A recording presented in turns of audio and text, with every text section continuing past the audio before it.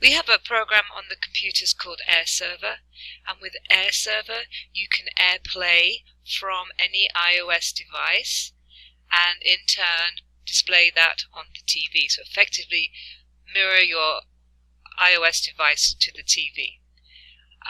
We need to password protect this program, as we have had some students that have been accidentally hijacking one or two computers. So to do this, we go to this icon here, which is show hidden icons, and we find the Airserver icon, which looks like this, and we'll right click on it and go to settings. Having done that, we're going to change the password, and we'll just change it for all users of the computer, and we'll choose a fixed password. And in the past we have used the protocol of the room number and the teacher's initials.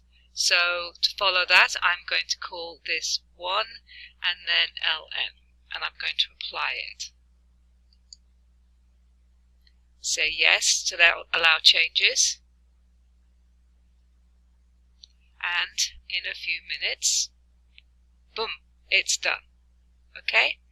By doing that, we should be able to avoid the students accidentally mirroring their devices to our computer screens. Thank you.